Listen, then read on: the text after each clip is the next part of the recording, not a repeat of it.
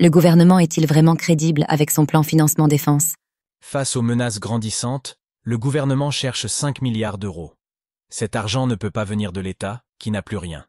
Le ministre des Finances a donc annoncé la création d'un nouvel outil d'investissement pour faire le pont entre l'épargne des Français et les entreprises du secteur de la défense. Est-ce suffisant?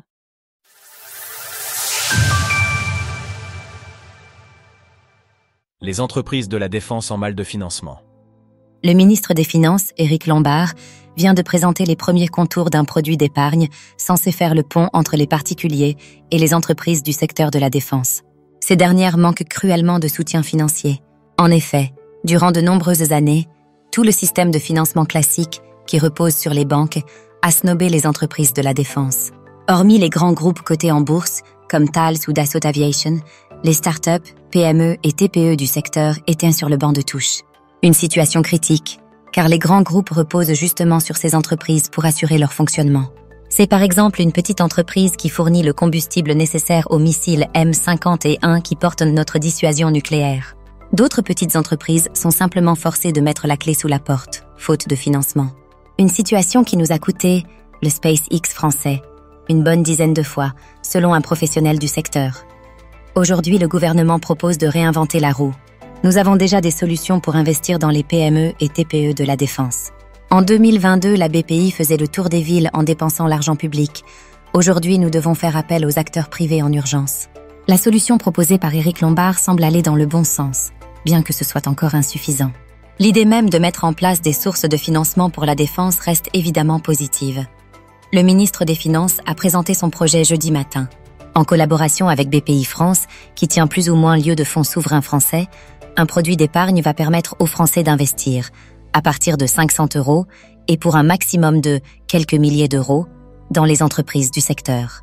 Il faudra quelques 900 000 épargnants à 500 € pour espérer récolter les 450 millions ciblés par ce produit d'épargne, ce qui reste une fraction des 5 milliards dont les entreprises françaises ont besoin. Qui va vouloir donner son argent au gouvernement? Mais quelles seront les garanties? Contrairement au livret A, impossible de s'avancer sur un chiffre exact, ce qui n'est pas étonnant. Il s'agit là d'investissement et pas simplement de tirer profit des taux des banques centrales. De même, l'argent investi sera vraisemblablement bloqué pour une durée de 5 ans, histoire de laisser aux entreprises le temps nécessaire pour monter en régime. Bien que nous n'ayons encore que peu d'informations sur le sujet, les critiques sont déjà présentes. Certains utilisateurs sur X ont pris soin de souligner toutes les informations manquantes dans la déclaration du ministre, comme la fiscalité appliquée, les rendements espérés ou encore les garanties. Des informations essentielles pour des investissements de ce type.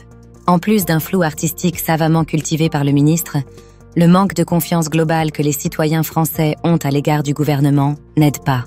Le ministre a beau mettre en avant la noblesse d'un soutien aux 4 500 entreprises et 220 000 emplois du secteur de la défense.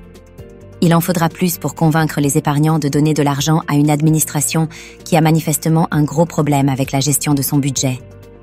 D'autres solutions commencent à émerger. C'est notamment le KEA de Sooftech Invest, entreprise de financement participatif qui permet également d'investir dans les PME et startups de la défense pour 500 € minimums. Ou encore Cryptown, une néo-bourse lancée par Mark Copenhagen qui propose d'investir sur les PME et startups françaises. N. Nous souhaitons soutenir en fonds propres les entreprises stratégiques, notamment celles de la BITD. Base industrielle et technologique de défense, confirme ce dernier. Les initiatives privées sont en train de se multiplier et elles sauront sans doute séduire les investisseurs les plus sérieux au détriment de la proposition du gouvernement. Mais, in fine, le résultat est le même. La France prend sa défense au sérieux. Retrouvez toutes les actualités crypto sur le site cryptost.fr.